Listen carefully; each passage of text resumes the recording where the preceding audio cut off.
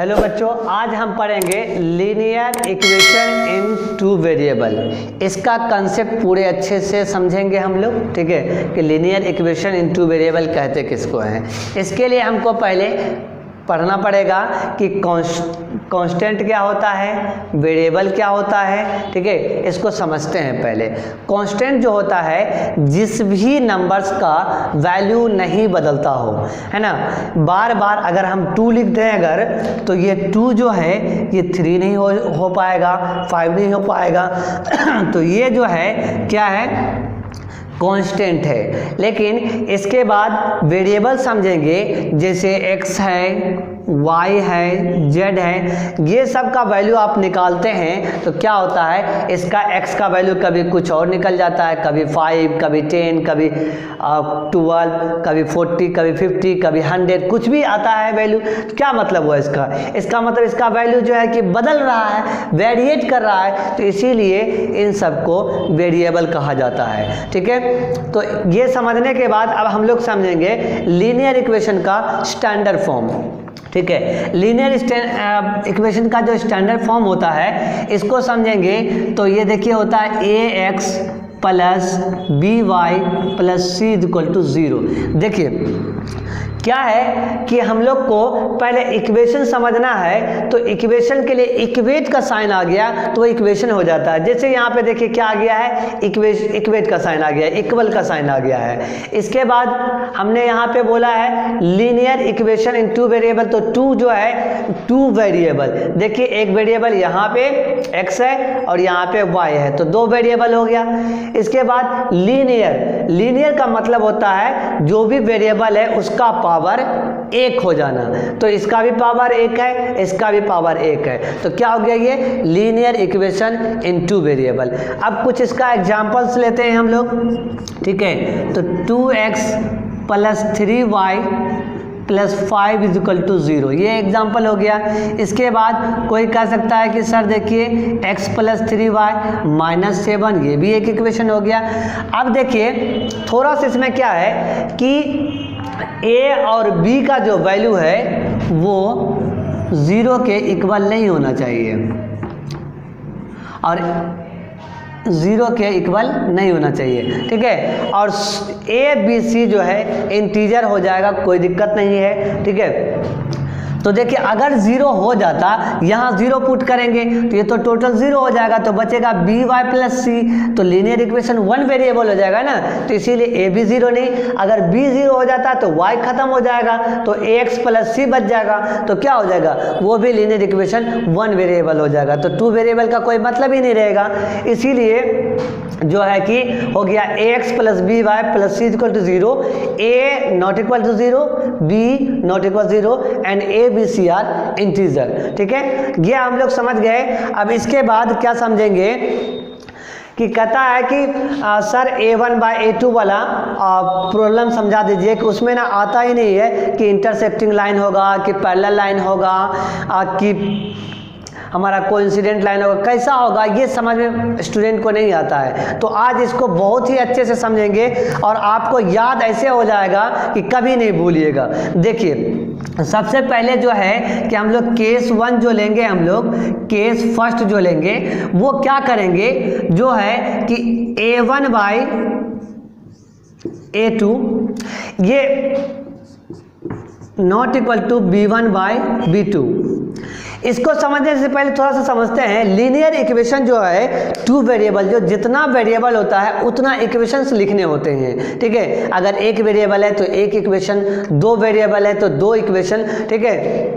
तो यहाँ पे देखिए कि 2 वेरिएबल वाला है तो इसीलिए 2 इक्वेशंस लिखने पड़ेंगे, यानी 2 इक्वेशन हम लोगों ने यहाँ पे लिख दिया, ठीक है। इसको फर्स्ट, इसको सेकेंड। अब देखिए देखने में तो दोनों सेम हो गया, तो अलग करने के लिए इसको a1 b1 c1 a2 b2 c2 कर दिया, ठीक है। तो यही a1 यानी पहले वाले इक्वेशन वाले का जो x का कोफिशिएंट होगा उसको a1 जो ऊपर में रखेंगे और दूसरे वाले का कोफिशिएंट को नीचे में रखेंगे। तो ये पहला केस में जो a1/a2 not equal to b1/b2 हुआ, यानी पहली बार जो लेंगे हम लोग इक्वल लेंगे ही नहीं। यानी कहीं भी हम जाते हैं तो नेगेटिव माइंड से, मान लीजिए हम सेमिनार अटेंड कर रहे हैं, वहाँ जाते हैं, वहाँ हमको किसी प्रोडक्ट के बारे में बताया जाता है, समझते कि नहीं ये प्रोडक्ट बढ़िया नहीं होगा, लेकिन जब उस बातें को समझते हैं तब कहते हैं कि हाँ अच्छा है। तो पहली बार हम लोग क्या माने कि वो इक्वल ही नहीं है, मतलब वो अच्छा ही नहीं है, यानी इक्वल नहीं हुआ। तो ये जो इक्वल नहीं हुआ, तो अब देखिए इसका जो हम लोग ग्राफ पढ़ेंगे कि ये ग्राफ कैसा होगा, ठीक है, ग्राफ कैसा होगा, तो इसी से हम लोग कंक्लूजन निकालेंगे ग्राफ होगा कैसा। तो देखिए यहाँ क्या हो रहा है, इंटरसेक्ट कर रहा है कि नहीं कर रहा है इसको, नॉट इक्वल टू, तो क्या हो गया ये इंटरसेक्टिंग लाइन, ठीक है, ऐसा टाइप का दिख रहा है, तो ये क्या हो गया इंटरसेक्टिंग लाइन। तो ग्राफ हमारा हो गया इंटरसेक्टिंग लाइन, ठीक है, इंटरसेक्टिंग लाइन, इंटरसेक्टिंग लाइंस हो गया, ठीक है। अब देखिए जब इंटरसेक्टिंग लाइन हो गया, कितनी बार इंटरसेक्ट किया, एक बार, अगर एक बार इंटरसेक्ट किया तो एक सॉल्यूशन, कितना सॉल्यूशन, एक सॉल्यूशन। तो हमारा सॉल्यूशन जो हो गया क्या हो गया, सॉल्यूशन हो गया वन सॉल्यूशन, क्या हो गया वन सॉल्यूशन। इसी को बोलते हैं यूनिक सॉल्यूशन, क्या बोलते हैं यूनिक सॉल्यूशन, क्या बोलते हैं यूनिक सॉल्यूशन। अब देखिए कि सिस्टम आता है, ठीक है, किसी कोई जो है नहीं बताता कि सिस्टम क्या होता है। देखिए ये जो सिस्टम हुआ, इस दोनों इक्वेशन का जो सिस्टम हुआ वो क्या हुआ, सॉल्यूशन तो हो गया। जब सॉल्यूशन होगा तो सिस्टम जो होगा कंसिस्टेंट होता है, और सॉल्यूशन जब नहीं होगा तो वो इनकंसिस्टेंट होता है। तो सिस्टम ये कैसा हो गया, कंसिस्टेंट हो गया, क्योंकि हमारा जो है सॉल्यूशन निकल गया, तो क्या हो गया वो कंसिस्टेंट, क्या हो गया कंसिस्टेंट। अब दूसरे केस को हम लोग समझेंगे कि दूसरा केस में जो है कि क्या होगा, ये हमारा ग्राफ क्या होगा, सॉल्यूशन क्या होगा, सिस्टम कैसा होगा। इस बार हम लोग दूसरे केस में इक्वल मान लेते हैं, क्या मान लेते हैं इक्वल, और दूसरे वाले को नॉट इक्वल, फिर दूसरे वाले को नॉट इक्वल। यानी किसी भी सेमिनार में जो गए, पहला प्रोडक्ट हमको दिखाया वो हमको अच्छा लग गया, इक्वल हो गया, दूसरा प्रोडक्ट के बारे में फिर नेगेटिव माइंड करेंगे कि ये तो इक्वल होगा ही नहीं होगा, ये क्या कर लिए नॉट इक्वल हो गया। तो अब इसके लिए देखिए ग्राफ कैसा होगा, ये जो नॉट इक्वल यहाँ इक्वल, नॉट इक्वल यहाँ इक्वल, ये क्या हो गया, ये तो बराबर बात है ही नहीं, तो ये क्या होगा, कोई सॉल्यूशन नहीं होगा। यानी इसका जो है देख लीजिए, जब बराबर नहीं है तो हम लोग यहाँ पे क्या दे देंगे, एक पैरेलल लाइन खींच देंगे, एक तो यहाँ पे इक्वल, यहाँ नॉट इक्वल, तो बात नहीं बन रही है, दोनों लाइन आके आपस में नहीं मिलेगा, बात ही नहीं बन रही है, यहाँ इक्वल यहाँ नॉट इक्वल, तो दोनों आपस में मिलेगा ही नहीं। आके देखते हैं ना कि आपका और किसी फ्रेंड से बात नहीं मिलता तो एक दूसरे के पास बैठते नहीं है, तो वही क्या हो गया, दोनों ही अलग हो गया।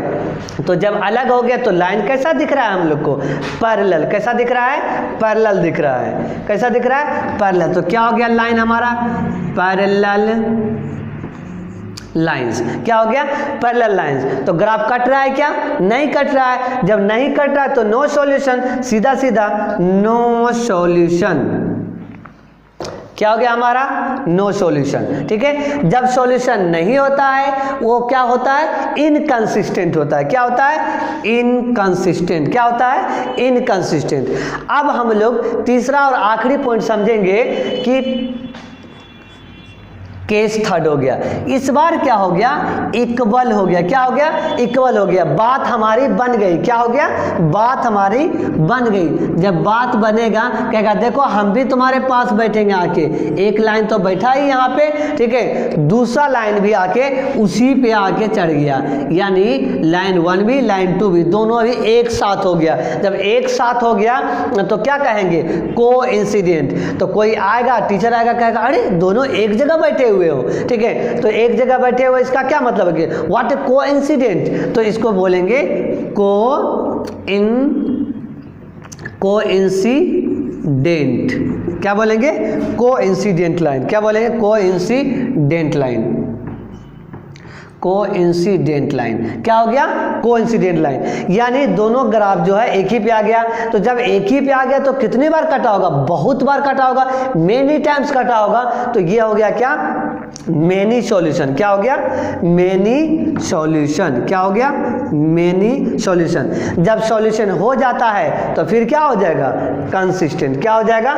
कंसिस्टेंट हो जाएगा। ठीक है, आज हम लोगों ने A1/A2 और B1/B2 एंड C1/C2 का पूरे कंसेप्ट को पढ़ा। नेक्स्ट डे हम लोग पढ़ेंगे इससे आगे।